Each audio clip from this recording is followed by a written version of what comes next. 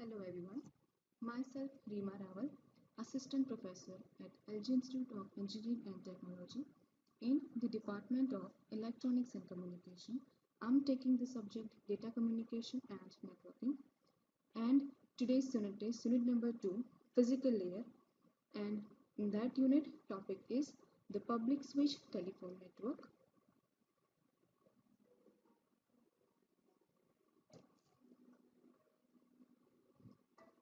First of all, let us see what is PSTN. PSTN, that means Public Switch Telephone Network, which is also known as plain old telephone service, is basically interconnected telephone system over which telephone calls are made through copper wires. PSTN operates on the principle of circuit switching. Therefore, when the call is made, a particular dedicated circuit activates, which deactivates when the call ends. Its main objective is to transmit human voice in a recognizable form.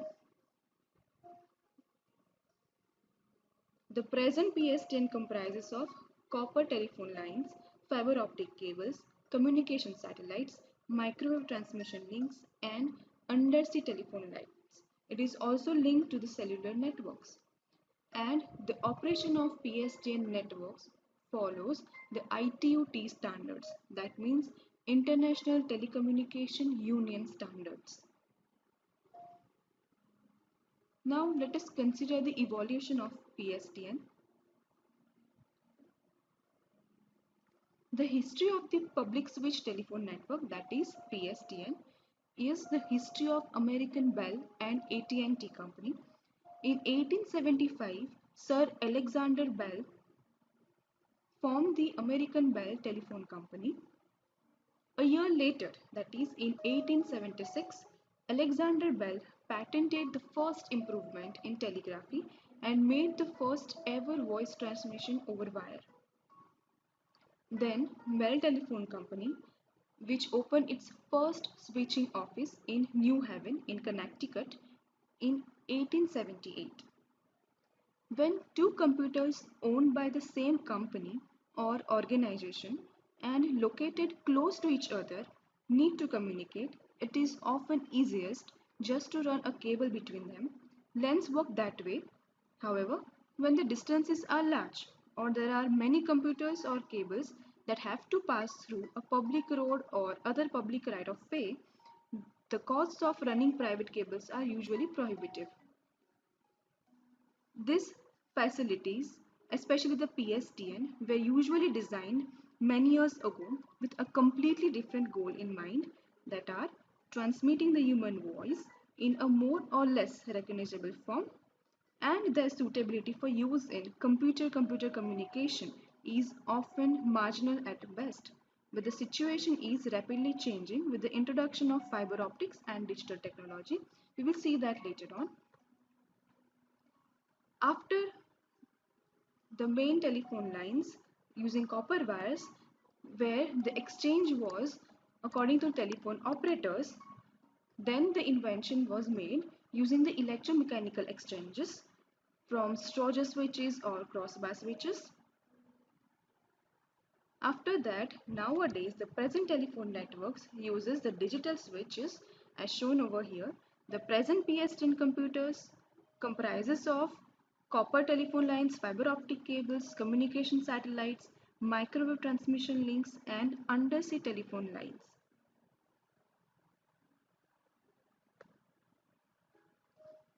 Let us see the typical circuit route for a medium distance call. The telephone system for a medium distance call consists of three major components. First one, local loops, which is analog twisted pairs going into houses and businesses. Second is trunks, which are digital fiber optics connecting the switching offices.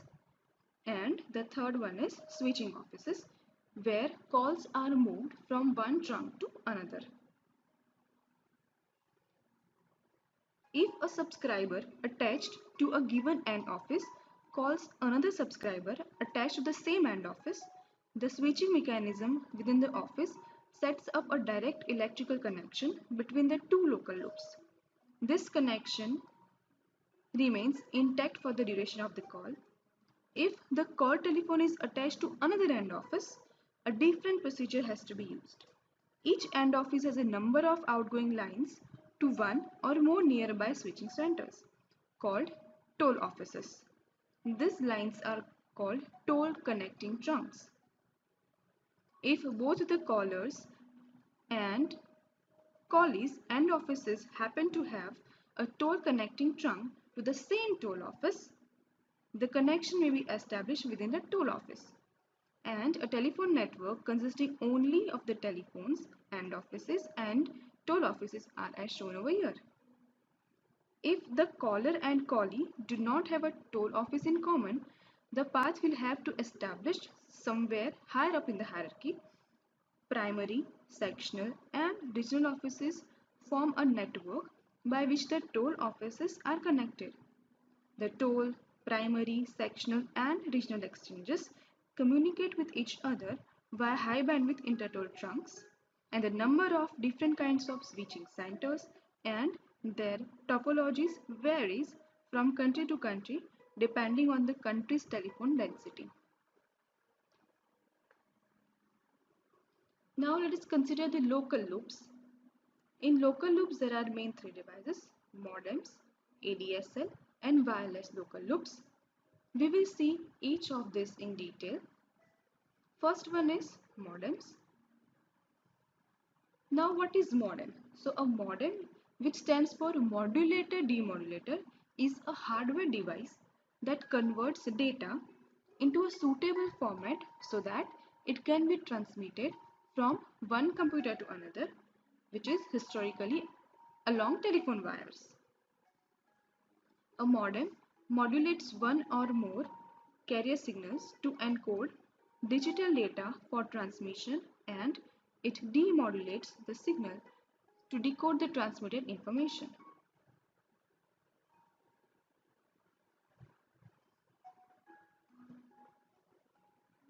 Here the goal is to produce a signal that can be transmitted easily and decoded reliably to reproduce the original data. So this is the modem principle. Next is ADSL, which stands for asymmetrical digital subscriber lines. ADSL, that means asymmetric digital subscriber line, is a type of digital subscriber line, that is DSL technology, where a data communication technology which enables faster data transmission over copper cable than a conventional modem can provide. In ADSL, bandwidth and bitrate are said to be asymmetric, that means greater toward the customer premises, that means downstream, than the reverse, that means upstream. Providers usually market ADSL as a service for consumers for internet access for primarily downloading content from the internet, but not serving content accessed by the others.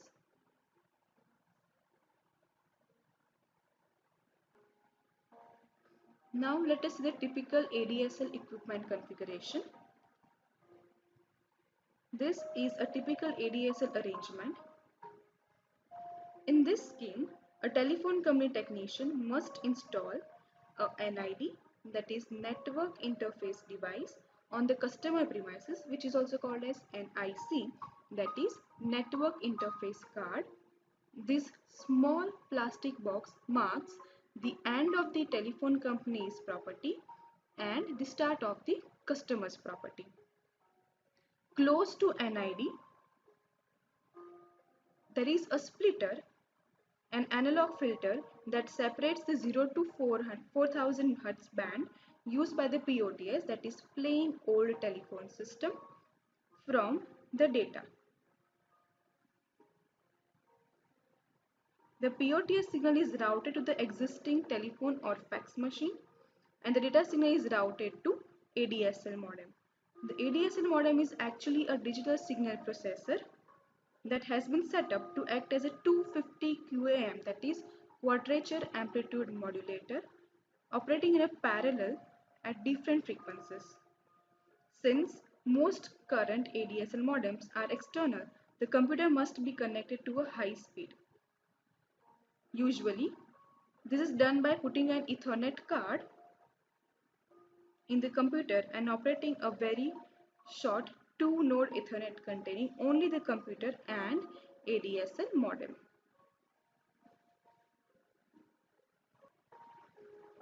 At the other end of the wire, on the end of his side, a corresponding splitter is installed. Here, the voice portion of the signal is filtered out and sent to the normal voice speech. The signal about 26 kHz is routed to a new kind of device which is called as DSLAM, which stands for Digital Subscriber Line Access Multiplexer, which contains the same kind of digital signal processor as the ADSL modem. Once the digital signal has been recovered into a bit stream, packets are formed and sent to the ISP. ISP stands for Internet Service Provider. The complete separation between the voice system and ADSL makes it relatively easy for a telephone company to deploy ADSL. All that is needed is buying a DSLAM and a splitter and attaching the ADS subscriber to the splitter. Other bandwidth services require much greater changes to the existing switching equipment.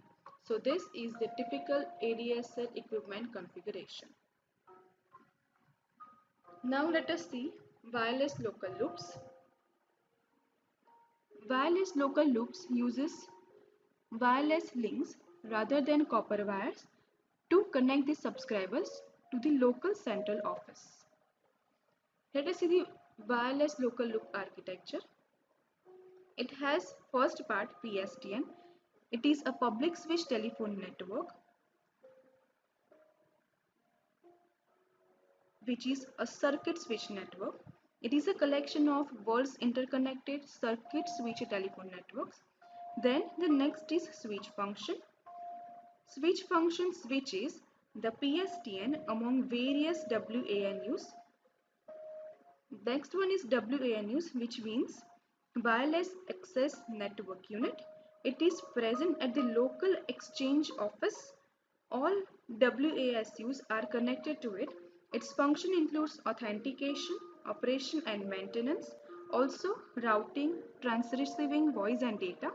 It consists of following subcomponents. First one, a transceiver, WLL controller, AM, that is access manager, HLR, that is home location register.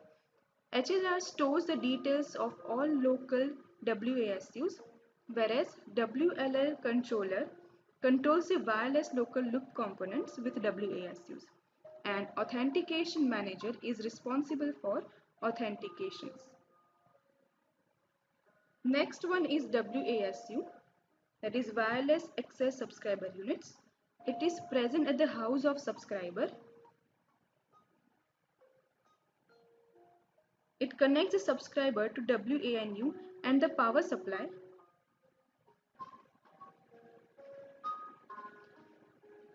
And there the voice, fax, modem or data can be given.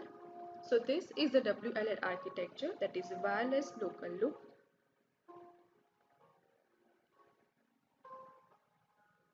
So I hope this is clear to you now. Now let's quickly revise that.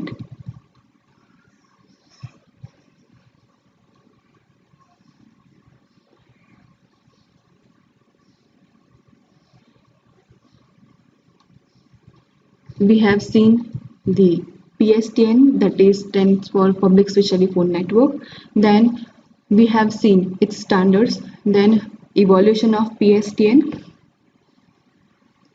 We have seen the types of exchanges or types of switches that were traditionally used and which switches nowadays are being used. Then we have seen the typical circuit, which indicates the route of a medium distance call, which is a typical circuit arrangement indicating local loops, trunks, switching offices with the interroad trunks.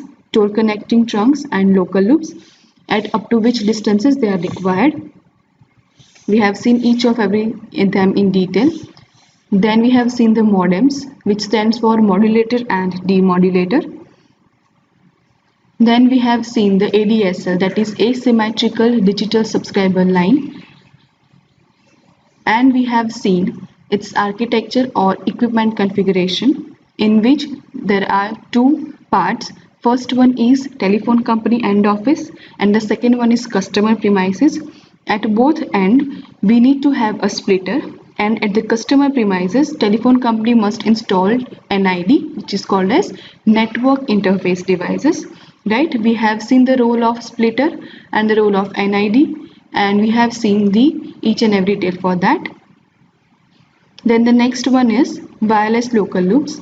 We have seen the architecture of it. Okay, what are the roles of PSTN, transceiver, what is WANU, WSU. Okay, we have seen all of this in detail.